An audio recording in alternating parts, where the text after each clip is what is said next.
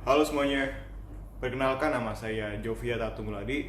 Saya di sini sebagai manajer finance dari salah satu perusahaan keuangan di Jakarta.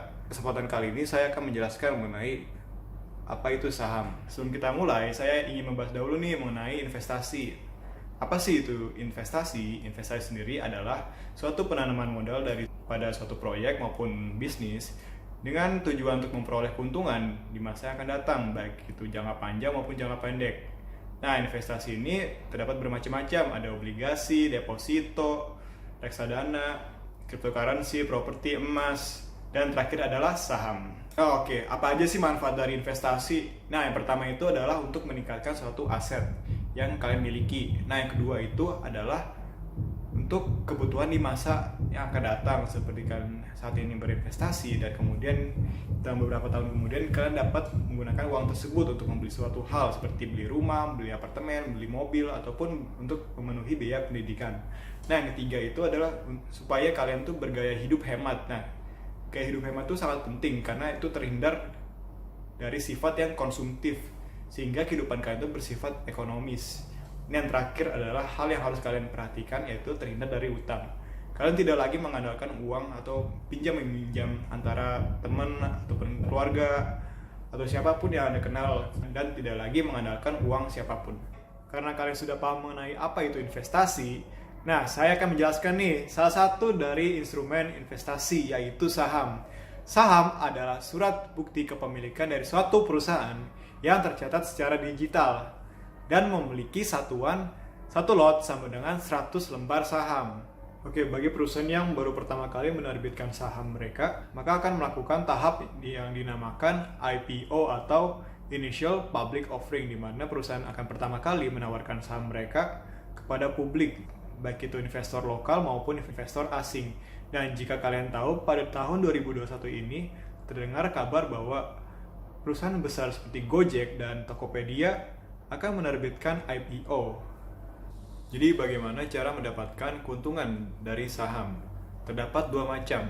Yang pertama adalah dari capital gain, yaitu selisih dari jual beli harga saham yang Anda beli.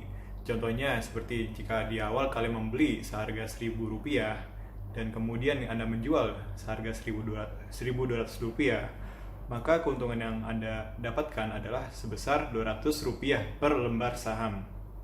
Oke, yang kedua ini adalah dividen. Apa itu dividen? Dividen adalah pembagian keuntungan oleh pihak perusahaan kepada pemegang saham.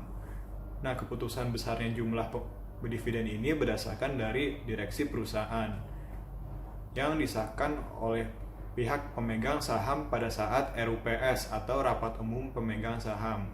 Jadi dari hasil RUPS ini, direksi perusahaan dan pemegang saham akan menyetujui berapa sekian persen dari dividen perusahaan yang dibagikan kepada pemegang saham. Bagaimana cara menganalisis harga saham? Terdapat dua cara.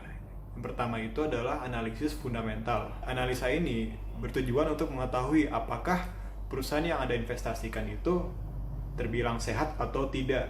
Teknik analisa yang memperhitungkan dari berbagai faktor seperti kinerja keuangan yang dilihat dari laporan keuangan, tata kelola keuangan, dan kondisi perusahaan. Ada analisis persaingan usaha, analisis industri, analisis ekonomi, dan pasar makro dan mikro. Untuk selanjutnya adalah teknik analisis teknikal. Analisis teknikal adalah analisa yang melihat dari pola pergerakan harga saham dan volume. Contoh dari teknik ini adalah dengan menggunakan resistance dan support, di mana kita dapat mengetahui berapa harga maksimum dan minimum dari harga saham di pasar bursa efek. Oke, jadi bagaimana cara kalian untuk membeli saham yang terdaftar di pasar bursa efek Indonesia?